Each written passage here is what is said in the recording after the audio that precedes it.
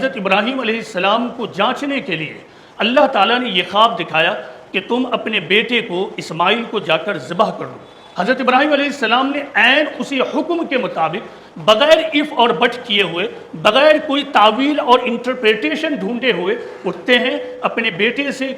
بات چیت کرتے ہیں اور پھر اپنے بیٹے کو قربان کرنے کے لیے چلے جاتے ہیں۔ لیکن یہ جو خواب تھا ایک تمثیلی خواب تھا، ایک علامتی خواب تھا۔ اس خواب کا مقصد یہ نہیں تھا کہ حقیقی طور پر حضرت ابراہیم اٹھیں اور جا کر اپنے بیٹے اسماعیل کو ذبح کر دیں، نہیں، بلکہ اس کا مقصد یہ تھا کہ اللہ تعالیٰ یہ دیکھ لے کہ کیا ابراہیم اس عظیم الشان اور اس مشکل ترین مشن میں اپنے آپ کو پوری طرح لگانے کو تیار ہے۔ حضرت ابراہیم علیہ السلام نے جب اپنے بیٹے کی گردن پر چھری رکھ دی تو یہ اس بات کا اعلان تھا کہ اے رب العالمین، میں تیرے پیغام کو تمام انسانیت تک پہنچانے کے لیے قربانی کی حد تک جانے کو تیار ہوں۔ اگر اس راہ میں اور اس کوشش میں اپنی فیملی کو قربان بھی کر دینی پڑے تو ہم کرنے کو تیار ہیں۔ یہی وہ واقعہ ہے جس واقعے کو اللہ تعالیٰ نے قیامت تک آنے والے مومنین کے لیے بلکہ ان جنرل انسانیت کے لیے محفوظ کر دیا، اور اسی کی یادگار میں تمام دنیا کے مسلمان